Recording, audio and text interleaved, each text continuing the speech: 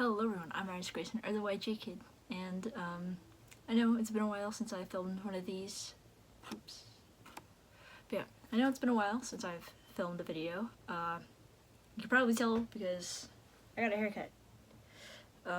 Yeah, really happy about it. But this is a video that a lot of you guys have requested, which is a video about my thoughts on Young Justice Season 5. And I have a lot to say, but I also got one of my friends, Ice, on Twitter, and someone that I really look up to, Ariel Horn, who is a writer for Young Justice TV, which is the Young Justice news site. Which, if you guys haven't seen it, I highly recommend it. But yeah, I got to talk to them and ask them how they felt about certain arcs, because I didn't really know how to express how I felt about those arcs. But yeah, like I said in a lot of my reactions, I really love the season. Some background knowledge: I originally watched Young Justice on Netflix. I watched season 1 and 2 on Netflix, and then season 3 on HBO Max. And season 4 is the first season that I've got to watch the show in tandem with the YJ community. Yeah, I watched the first 2 episodes off camera because those were right after DC Fandom, and I did not really have like a YouTube set up yet. But yeah, and then a week later, I did an interview with Dark Superboy talking about. I did a live stream with him talking about how we felt about the 2 episodes, how we felt about the trailer, how we felt about DC Fandom, and it was great. It was one of my highlights of 2021. And that was also my YouTube debut, which is, at the time of recording, is not that far away. Yeah, like I said, I also got some input from 2 other members of the YJ community. So, Arc 1, which are the first 3 episodes that revolve around McGann, Connor, and Garfield on Mars. Arc 1 is one of my top 3 favorite arcs of the season. And the first episode, I cried a lot, because, I don't know, I just felt super nostalgic about everything. It was great seeing the show and knowing that the show was alive and we were getting one more, and that this is a new season. And I was super excited that we were getting 2 weddings, and I found out when I heard them say, oh yeah, we're doing a wedding on Mars and on Earth. I was super excited for both of those weddings. And I was also super intrigued by all the Martian culture and what we got to learn, and like the sort of like the racism on Mars. That was, I don't want to say fun, but that was like cool to learn about, like how McGann had to deal with racism as like a kid. And then we get to like Beast Boy's underlying trauma, which I felt later on, I felt way too seen, I guess. But not in a bad way. I did feel really seen by what Beast Boy was saying, and yeah, it was hard to watch, and it really affected me. And at 100 views, my first react video, this is like my second most viewed video, I'm not 100% sure, but yeah, in that, at the time, I only put the audio in because I didn't know how to screen record at the time, and also because screen recording is bad. But yeah, I didn't know how to do that. But eventually, like later in Calder's arc, I'm pretty sure I was able to put in like clips of the episode as well. But yeah, Connor's death also hit me pretty bad. If you have seen that reaction, because I don't know, if you look at my reactions, they're all pretty much me either smiling or crying, which I feel like is a great way of how I see Young Justice. I see it as something that makes me super happy, but at the same time, I also see Young Justice as something that makes me kind of sad as well, especially now that because we don't really know where the show is going. But yeah, I unfortunately didn't talk to Emily. I wish I did back when I wrote all of this, and I could have. Emily, if you don't know what I'm talking about, Emily Booza is the co-host of Whelmed, which is the Young Justice podcast, and she is a really big super Martian shipper. In the Young Justice community, I'd pretty much say she's the expert. And talked about it. I asked her how. I asked Whelm specifically, their Twitter account, how Emily was doing, and the only response I got was there was a lot of emotion, which I understand. And then there's Arc 2, another one of my top 3 arcs. And yeah, I really like this arc, and this is one of the arcs that I got help with from Ariel Horn. Because she is a big fan of the Nguyen, Croc, Harper family. Yeah, Artemis is one of my favorite female heroes, and I also love the complicated dynamic between Will and Jade in this arc, because you can tell that Jade is still in love with Will and wants to be with them, but she can't for given reasons. But yeah, in the first episode of Artemis's arc, which I'm pretty sure is episode 5, I think it's episode 5. I'm sorry, I think Super Martian's arc had 4 episodes. Sorry, I don't really know. But in episode 5, we get to see a montage of Artemis's life, where we see that she's an English professor, and she's doing great, and she's dating someone named Jason Bard. And yeah, as you guys know, I don't like Jason Bard, cause he's not our Wally, and I really want Wally to come back. Yeah, I don't really like him. And then I didn't write too much about Connor in the Phantom Zone, because I was mainly focusing on the person in the arc. But yeah. And we also get like sort of a callback to season 2, the end of season 2, where Artemis is at Wally's family's doorstep, and she just has the teary eyes and just has to look at them, and they know that Wally is gone. And Artemis, the callback that I'm talking about is when, at the end of the montage, when Calder and Dick are at Megan's house, Will, Calder, and Dick are just like silent, and then the teary eyes, and Artemis knows someone's dead. But yeah, I also love getting to see Leon, even though we didn't get too much of her. We just got, I think, the 2 scenes. Unless I'm forgetting. But yeah, and I hope we get more of her in later seasons. I don't think we'll get her anytime soon. Like, if we get another season, because I'm really hoping that we get a season 5, if we get like a season after season 5, like a 6th, then I think that's when Leon will come more into play. And I think that she has the chance to become like a very like amazingly complex character given her family. But yeah, speaking of Jason Bard again, originally I thought that was Zachary Zatanna, because Artemis and Zatanna are kind of like best friends. After that one Halloween episode, everyone just kind of was like, yeah, Artemis and Zatanna are best friends. But yeah, I originally thought it was Zachary Zatanna. It's not. I think I would have liked him more if he was, but it's unfortunately Jason Bard, and that's not our Wally. But yeah, I also didn't care too much about Cassandra and Onyx. I felt that it wasn't like Artemis's arc. I'm using the words of Ariel, by the way. She said that this arc was very plot driven and not really character driven, which I really agree with. I'm jumping ahead, but Cheshire ended up on Santa Prisca, I think. No, wait. Is it Infinity Island? It's either Santa Prisca or Infinity Island. I get them really mixed up in my head. But Cheshire ended up on the island because that's where the plot needed her to be. Not where she should be as a character, but that's where the plot needed her. And yeah, I didn't really care too much about Onyx. But yeah, I didn't care too much about Cassandra and Onyx. But one thing that I think that they did perfectly in Young Justice was how Barbara ended up in the wheelchair.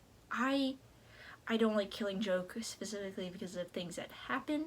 Not so much that Barbara gets shot, but things that happen between Barbara and Bruce. I don't like the Killing Joke. That just makes Bruce seem worse than he actually is. But yeah, I also kind of fooled myself into thinking that Jade was gonna go back to was gonna go back home with Artemis, but she obviously didn't. But yeah, like I mentioned, I talked to Ariel Horn, who is a writer for YJTV, which is the Young Justice News outlet. And if you haven't gone to the YJTV website, I highly recommend it. I'll leave a link to it in the description. But while talking to Ariel, she said that she had some good and some not so good things. And one of hers, which is completely on brand for Ariel, is that Jade finally got her chance to shine in this arc. I kind of wish that there was more Jade, but yeah. And I agree with her 100% when she says that Jade's character is like wonderfully complex, and yeah, I loved getting to see her on screen. And another thing that we both agree on is that Cheshire and Artemis's interactions are amazing, because it's very entertaining to see the two of them interact, given like they're sisters and like their known history. And then the history that we get to learn about more this season, there's a lot of flashbacks, and I loved getting to see more of Artemis. I loved getting to see Artemis as a kid, despite like how hard those scenes were to watch, and yeah, it was great. The not so good is another thing that I agree on. Will is so underutilized. I wish we got to see more Will, especially since Artemis lives with him. This could build up stuff early on as well. I really wish we got to see more of Will and Jade interact, because Artemis was on the phone and Jade could have said something, and I honestly wish that she did. But Leon had to come in. And yeah, one of the not so good things, I feel like this arc and a lot of them, they were all really rushed towards the end. Like, we got all this amazing stuff in the beginning, and then at the end they had to like quickly wrap it up to move on to the next arc, which I understand, but it's too like the beginning is like super tight, and then the end just kind of gets a little loose. And there were like, we talked about the B and C plots and how some arcs even had D plots, and how it was being taken away from the character who we're supposed to be focusing on the arc, because later on Zatanna and Raquel's arc, we get like nothing about them. And then Ariel and I went into talking about what made arc 1, McGann and Connor's arc, so good, and that was because although there was a B plot, it was the way that the episodes were structured, it was still focused and it still tied in with what McGann and Connor and Gar were doing, while in Artemis's arc it kind of diverged itself a little bit to the point where it kind of felt like we were getting off track from what we were supposed to be watching, which was Artemis's story. But then we got the whole Barbara thing, and then Cassandra and Onyx and all that stuff. Yeah, and then the next arc is arc 3, which is a great arc, but at the same time, not part of my top 3. In the beginning, we meet Zatanna's 3 new proteges, one of which we already know, who is Tracy 13, and then we meet the 2 newest ones, Khaled and Mary Bromfield. Throughout Zatanna's arc, we also learn about like Vandal Savage's history and Vandal and Clarence history, which granted was like very interesting to watch, but we don't learn a lot about Zatanna. I was kind of hoping that we get to learn more about Zatanna's backstory, and granted we learned a little bit of it through her father, but at the same time, while I was talking to Ice, they were also hoping that we could get more of Zatanna's backstory, and we only really saw that through Zatanna's dad. And it would have been interesting to know how Zatanna was feeling at the time, knowing that at the beginning of season 1, she maybe had just lost her mother, like, before joining the team, and then she immediately lost Kent Nelson. And how would Zatanna feel during that time, where she lost 2 very key members of, like, her life? And it would have been nice to have gotten to see her react, like, how Zatanna was doing, instead of, like, how her father was struggling with this. And something that I said was that one thing that she really loved was the first episode of Zatanna's arc, where you get to see like these kids in their element, or not really in their element, but you get to see Zatanna in her element teaching kids how to use magic. And yeah, I really liked Zatanna's first episode, but everything after that kind of seemed like it was, again, more plot driven than character driven. But yeah, next is Caldra's arc 4. And honestly, I don't have much to say about this, specifically because I'm not the biggest fan of Caldra, and this arc was just kind of underwhelming, to be honest. But one thing that I really loved was getting to see Violet come to their conclusion about being non-binary, and also getting to see what Islam meant to them. And like, I love that for Violet. And yeah, I love that for Violet. And then also, Violet's new costume is amazing, and it's more not representative.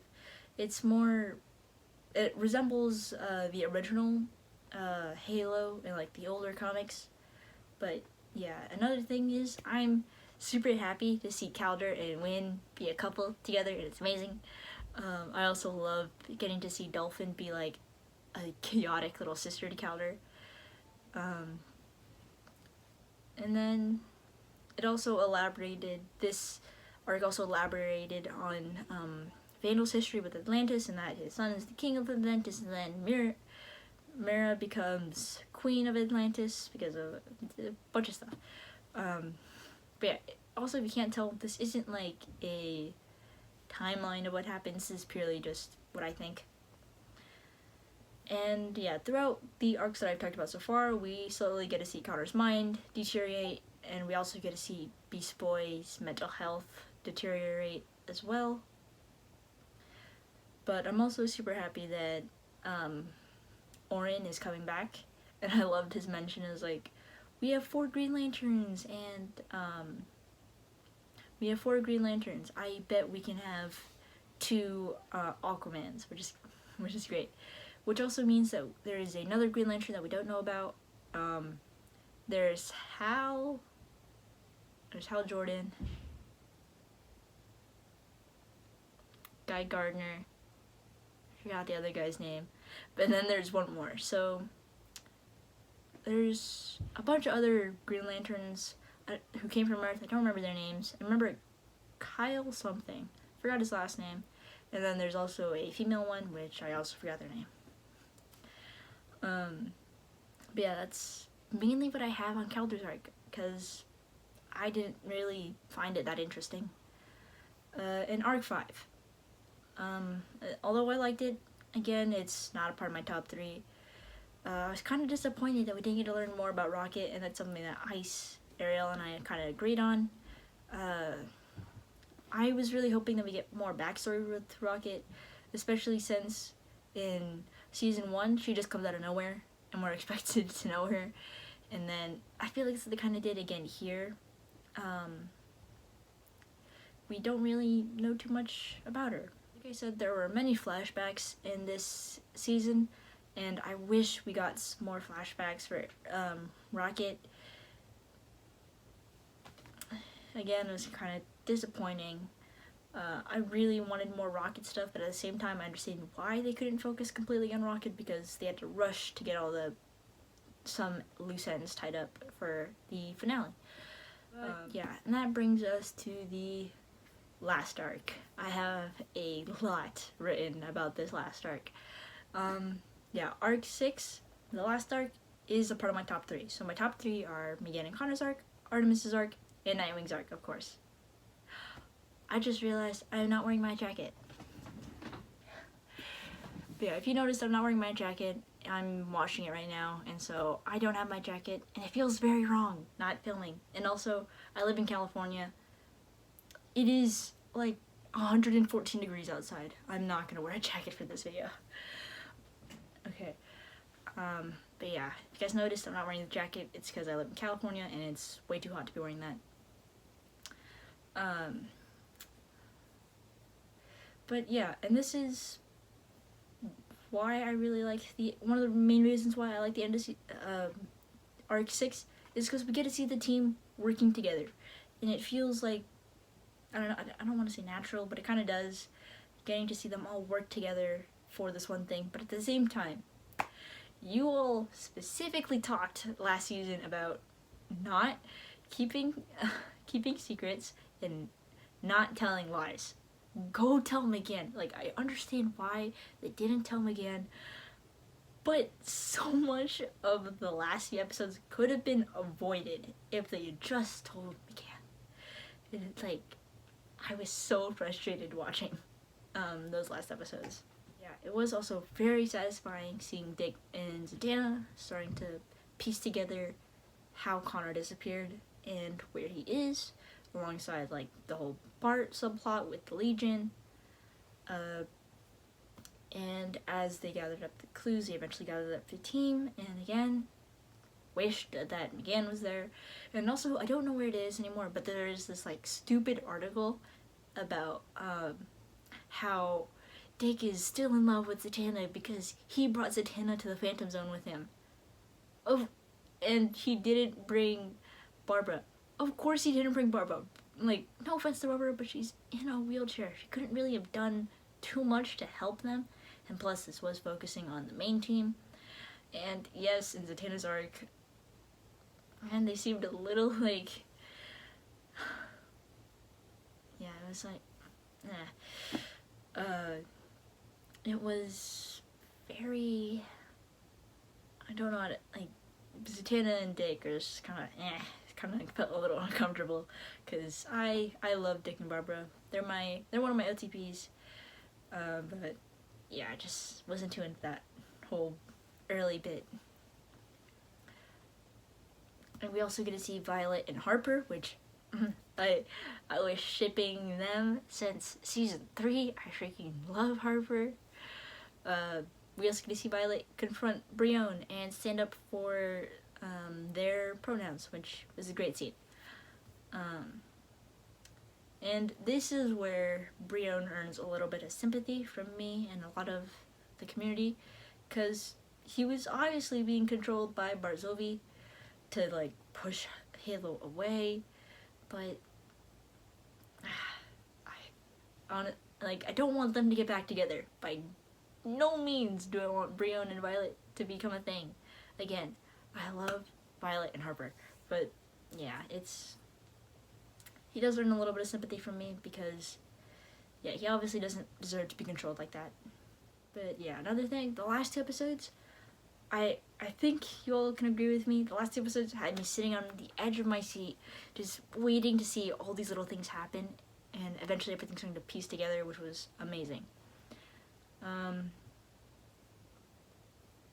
And last 2 episodes, oh my god, all the deaths were like,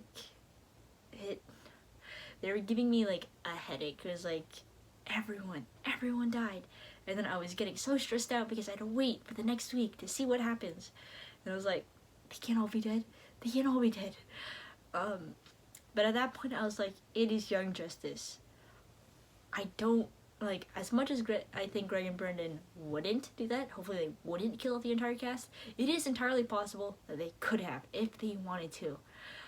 And I was like, it was just giving me headaches, just trying to rationalize the fact that Greg and Brandon wouldn't kill them because we need them to keep the show going. But then I thought, oh, we have the team from season 2. Maybe they're just wiping away the season 1 team to focus on season 2, but at the same time it doesn't make sense. But yeah, all those deaths at the end. I mean, how many deaths is Artemis faked? Is she at like 6 now? But yeah, after a lot of crying, I pulled myself together to watch the episodes ahead, the last 2 episodes, and the second to last episode did seem like a lot of setup, and which I was okay with, because the, like, how they wrapped up the season for the last episode was amazing. And the finale was everything that I hoped it would be. I also loved the line where Dick calls Miss Martian a ball of sunshine and a terrifying demigoddess, which is a call to Emily Booza, who I again mentioned earlier in the video, and on the Young Justice podcast, Emily calls McGann, a ball of sunshine, and a terrifying demigoddess, which was great. And also, like, McGann is called a terrifying demigoddess and a ball of sunshine. And then, like, throughout the entire arc, we're being told that once the sun comes out, all the Kryptonians will be at their max power and be healed. And not 5 minutes later, McGann gets called a ball of sunshine, a terrifying demigoddess, and then saves the mind of a Kryptonian, which is great. But yeah, and then another thing that and then we got a wedding. Sorry, I was jumping. But we finally got our wedding. The wedding was amazing. I loved it. Yeah, it was everything that I would hope a Super Russian wedding would be. But another thing that kind of scared me a little bit was the idea of a sanctuary. And if you guys don't know, the sanctuary is a place in Heroes in Crisis, and in Heroes in Crisis, everyone dies in the sanctuary. But Greg and Brandon do this thing where they take, like, the ideas of certain things from comics and fix them if, like, we don't necessarily, like, vibe with it anymore. Like the whole Killing Joke thing. Of course, the Killing Joke does not happen. Barbara gets slashed across the back instead of being shot by the Joker, and we get to, like, skip all, or, like, forget about all the Batman and Barbara stuff, because that's just gross. But yeah, but of course we also see Laura's mom escape, which is terrifying, granted, and she's still pregnant with Laura, and history, or I don't even know what it is at this point, but who knows what could happen given that history is changed. And at the very end, after the credits, we see Kara Zor-El, which is not great, because you have Mary Bromfield and Kara. Two very powerful female heroes, mind you. You put them on a team together, it's just gonna be bad for everyone. But then there's all these things where people are like, oh, they left the show on a cliffhanger. And I think Greg Weisman said it best when he said they didn't have a cliffhanger. They just showed that the world is existing, and the world will exist whether or not we get to see it or not. And it's the way that he probably phrased it a lot better, but yeah, I agree. I don't see any of this as cliffhangers. Like, they wrapped up everything perfectly well and left a few doors open in case we do get a season 5, and hopefully we do. But they left a couple doors open so that way they can go back and get those ideas and then use them for the later seasons. And Chris Jones, I think, it was either Chris Jones or Greg again, who said that the shows and comics are just our windows into the Young Justice universe, which is great. Another great metaphor. But yeah, that's it. Those are my thoughts on season 4. And like the rest of the YJ community, I am super hoping we get a season 5, because I don't want the show to end. This entire channel revolves on Young Justice, and I don't know what this channel would be without it. But yeah, I'm super thankful for Ice and Ariel for helping me out with this, for just sharing their opinions and telling me how they felt about this arc. As always, don't forget to like, comment, and subscribe. My socials will be put in the description, and as always, symbiosis.